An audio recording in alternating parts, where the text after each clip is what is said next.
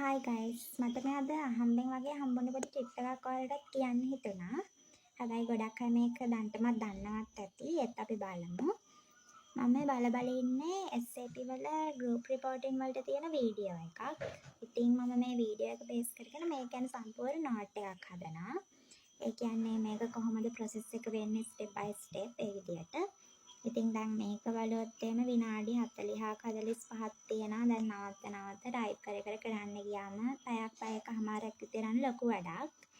ඉස්සර මම හිතලා තියෙනවා මේ ලින්ක් එක ChatGPT දීලා මේක fully transcribe කරන්න මේක බේස් කරගෙන නෝට් එකක් හදන්න ඒ වගේ. හැබැයි ඒක එච්චර හරි ගියේ නැහැ ඇත්තටම. ඉතින් අද මම නිකන් හිත ඉන්නකොට මම දැක්කා මේ Gemini වල මෙතන ask කියලා දෙන option එක. ඇත්තටම මේක හරියම ඉන්ටරෙස්ටිං. දැන් මේකේ ගත්තත් මෙතන එයාගේ ඩිෆෝල්ට් එන දේවල් ටිකකුත් තියෙනවා. අපිට ටයිප් කරලා ගන්නත් පුළුවන්. අපි දැන් මේ සමරයිස් වීඩියෝ කියන එක දුන්නොත් එහෙම මේ වීඩියෝ එකේ තියෙන ෆුල් කන්ටෙන්ට් එකම මෙතන සමරයිස් කරනවා. මේ විදියට.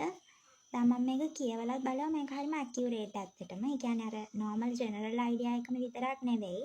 මේ වීඩියෝ එකේ තියෙන හැම important point එකක්ම වගේ මෙතන ලියලා තියෙනවා. ඊට පස්සේ මම ආපහු දීලා බලුවා මේක fully transcribe කරන්න කියලා. එතකොට මේ timeline එකත් එක්ක ආයෙක හොඳට ලියලා දෙනවා.